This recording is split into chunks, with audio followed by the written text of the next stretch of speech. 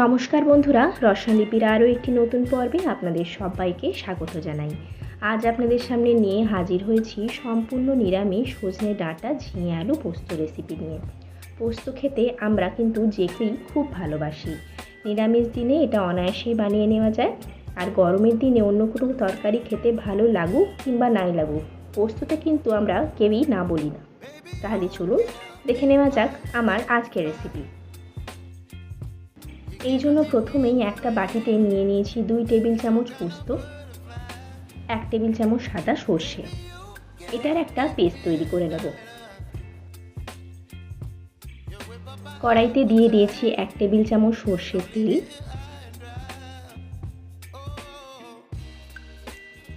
তেলটা ভালো করে গরম হয়ে গেলে ফোড়নে দিয়ে দিচ্ছি 1/2 টিস্পুন কালো জিরে, 3টে চেড়ে রাখা কাঁচা লঙ্কা। ফোড়নটাকে 30 সেকেন্ডের জন্য একটু ভেজে নেব। ফোড়নটা থেকে খুব সুন্দর একটা গন্ধ বেরোলে দিয়ে দিচ্ছি 2টো মিডিয়াম সাইজের কুচিয়ে রাখা আলু। আলুটা দিয়ে ফোড়নের সাথে একবার মিশিয়ে নেব।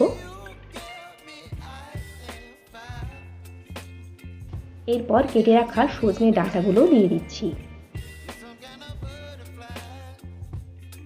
সজনে ডাঁটা দিয়ে 1 থেকে 2 মিনিটের জন্য একটু ভালোভাবে কষিয়ে নেব।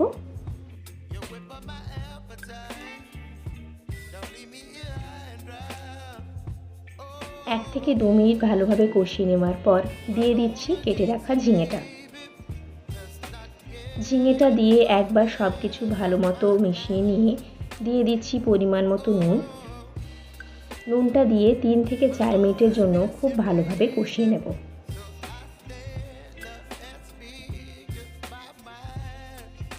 তিন থেকে 4 মিনিট কষানো হয়ে গেলে 1 কাপ পরিমাণ জল অ্যাড করছি, যাতে সব কিছু খুব ভালো মতো সেদ্ধ হয়ে যায়। জলটা দিয়ে একবার মিশিয়ে ঢাকা দিয়ে দিচ্ছি।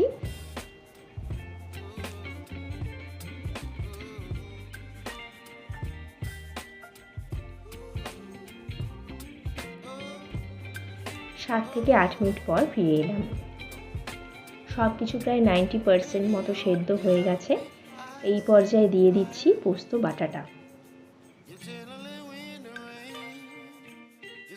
দিয়ে দিচ্ছি 1/2 টিস্পুন চিনি। পোস্ত বাটাটা দিয়ে সব কিছু একবার মিশিয়ে নেব। লাস্টের দিকে পোস্তটা দিলে পোস্তর স্বাদ এবং গন্ধ দুটোই বজায় থাকে।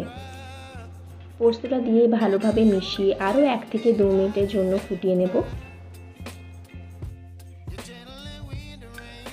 1 থেকে 2 মিনিট ফুটিয়ে নেওয়ার পর সবশেষে দিয়ে দিচ্ছি 1 টিস্পুন কাঁচা সর্ষের তেল।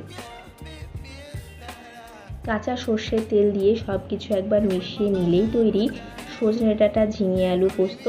গরম ভাতে পরিবেশন করুন। আমার আজকের রেসিপিটা আপনাদের ভালো লাগলে লাইক করবেন, কমেন্ট করবেন, শেয়ার করবেন। আমার চ্যানেলে নতুন বন্ধু হয়ে থাকলে সাবস্ক্রাইব করবেন, তাহলে আমি যখনই নতুন কোনো ভিডিও আপলোড করব তার নোটিফিকেশন আপনাদের কাছে পৌঁছে যাবে। তাহলে দেখা হচ্ছে আবার কোনো মজাদার রেসিপির সাথে। ততক্ষণ সুস্থ থাকুন, ভালো থাকুন। ধন্যবাদ।